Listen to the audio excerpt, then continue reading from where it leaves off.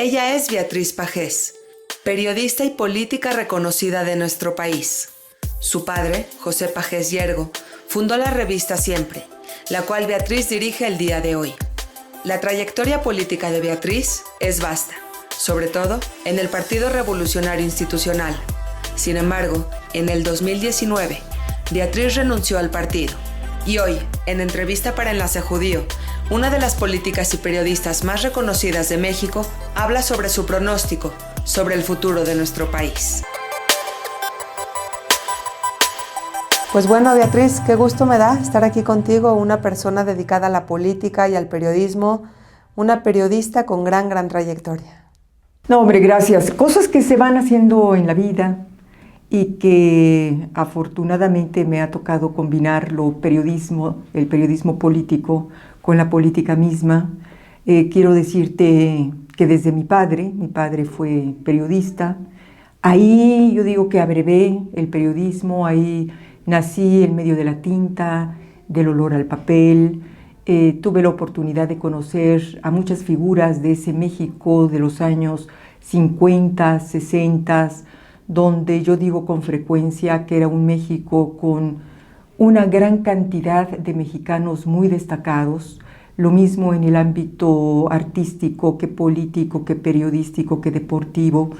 Y me tocó, por ser mi padre periodista, pues tuve la fortuna de conocer a muchos de ellos, y eso es lo que te va formando, tanto dentro del tema periodístico como dentro del terreno de la política, porque pues en esos tiempos, cosa que hoy ya no ocurre, el político, el deportista, el torero, el boxeador convivían en una mesa común, tenían diferencias, pero era un México donde se hablaba, se dialogaba, cosa que ahora hemos perdido.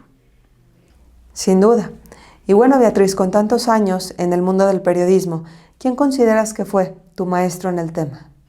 Pues sin duda mi padre, ¿no? Mi padre, porque de lo único que se hablaba en casa, pues era de periodismo y era de política. Entonces él, en aquella época, la revista Siempre, de la cual él fue fundador, llegaba a la casa todos los jueves en la tarde. Él llegaba con sus revistas y entonces, pues obviamente, pues yo niña no tenía la preparación para entender lo que había ahí, pero sí te sentías obligado a revisar aquello. Y entonces te empezabas a imaginar qué podía suponer escribir y que te publicaran en esas planas, ¿no? Entonces, bueno, es así como te vas formando y, por supuesto, escuchando comentarios, todo lo que hablaba mi padre, lo que hablaban sus amigos, y entonces se te va formando una vocación, María. Ahora, Beatriz, aprovechando tu larguísima trayectoria en el mundo de la política, ¿qué opinión tienes sobre el rumbo de nuestro país? Atravesamos un momento complicado, ¿cierto? Sin duda, Nadia. Y yo, fíjate que me gustaría comparar ese México que nada tiene que ver con este. Un México aquel donde gobernaba un solo partido político, que era el PRI, donde era muy difícil para el periodista en aquella época criticar a un presidente, criticar al ejército, criticar en general al gobierno. La prensa era poco plural, o eras de derecha o eras de izquierda, pero no había este periodismo que ahora tenemos, donde lo mismo un socialista que un conservador, que un neoliberal comparten espacios. Antes no, o eras de una posición ideológica o de otra. Y fíjate que conforme pasaron los años y la sociedad empezó a luchar por una mayor democracia, por más libertad de expresión, que creo que se hicieron grandes conquistas en esa materia. Sin embargo, hoy nos encontramos con un gobierno que, en mi opinión personal, es un riesgo para las libertades, es un riesgo para la democracia y, sin duda, para la libertad de expresión. Ahora, Beatriz, cambiando un poco de tema y pasando a asuntos más agradables, me comentabas que has tenido cierta relación con la comunidad judía de México. ¿Cómo se dio este contacto? Bueno, mucho, es decir, mucho desde mi niñez, porque te comentaba que mi padre cultivó una amistad muy importante con muchas figuras de la comunidad judía. Por ejemplo, bueno, por razones obvias y por haber sido periodista, sin duda Jacobo Zabludovsky. Jacobo Zabludovsky, yo digo con frecuencia, que no fue solamente un amigo de mi padre, sino que fue una especie de hijo, porque vio en él a ese hijo periodista, varón, que no tuvo.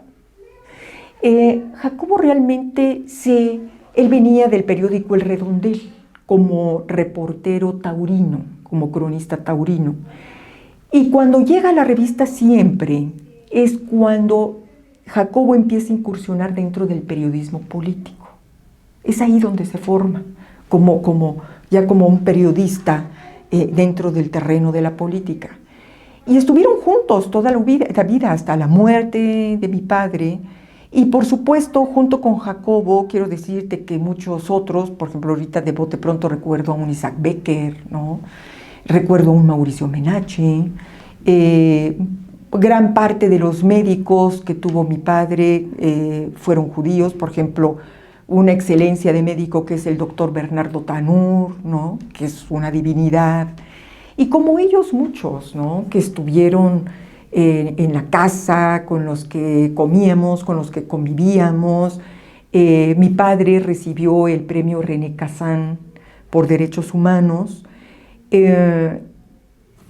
Estaba en ese momento al frente, dentro del ámbito cultural o periodístico, Sergio Nudelsteger, que también fue un intelectual muy importante de la comunidad, por cierto, especialista en Kafka. De tal manera que, pues ha sido muy intenso nuestro acercamiento. Pues yo veo a Mauricio Lulca y a René Dayan con frecuencia, y con muchos otros, ¿no? Con los que hemos compartido muchas cosas en la vida. Beatriz, la pregunta obligada, y más aprovechando que eres una experta en ciencias sociales, ¿tu opinión sobre el antisemitismo? Bueno, mira, yo creo que es una de las cosas más aberrantes que hay en la vida humana. A mí me gusta mucho leer a un escritor judío que recibió el premio Príncipe de Asturias, que vivía entre Israel y Palestina, tenía creo que su casa en el desierto, que se llama Amos Oz, recientemente o no hace mucho tiempo muerto. Y él tiene un librito maravilloso que cada vez que yo puedo lo regalo, sobre todo a quienes andan con dudas o con ciertas posiciones así como dogmáticas o medio fanáticas, que se llama En contra del fanatismo. Y entonces, bueno, es un libro que te enseña lo absurdo de esto, ¿no? Cómo dos pueblos conviven y que la guerra pues es asunto de otras cosas que no deberían de existir, y que bueno, así como el antisemitismo, tenemos que luchar como seres humanos en contra de muchos otros fanatismos y muchos otros dogmatismos, ¿no?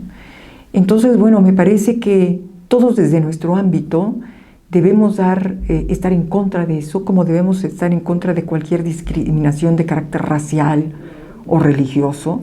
Fíjate que ayer justamente estaba releyendo, por razones de una conferencia que voy a dar sobre mujeres, aquella negrita que se llamaba Anna Park, que en los tiempos de Martin Luther King, un día se sube ¿te acuerdas que antes, en esa época, en los autobuses de Estados Unidos, como todos los servicios estaban divididos? Entonces, los negros en un lado y los blancos en otro. Y ella agarró con toda intención y se fue a sentar al lugar de los blancos. Y entonces llegó el chofer del autobús y llegó un pasajero y le dijo: usted levántese, aquí no debe estar. Y Anna Park se volteó y le dijo: esta mujer la bajaron del autobús, la llevaron a la delegación del departamento de policía para ficharla, pero esta mujer a partir de ahí se convirtió en un emblema de la lucha antirracial. Entonces, no, Nadia, es todavía ese capítulo pendiente que tenemos que dar en todas partes. Me acabas de decir el título de tu entrevista. Beatriz, muchísimas gracias. Te sigo, te admiro. Al contrario, Nadia, a ti, querida amiga, muchas gracias. Y estoy muy agradecida por esta entrevista. Que Dios te bendiga. Al contrario, un espacio maravilloso en la C Judío. Saludos a todos al equipo. Gracias.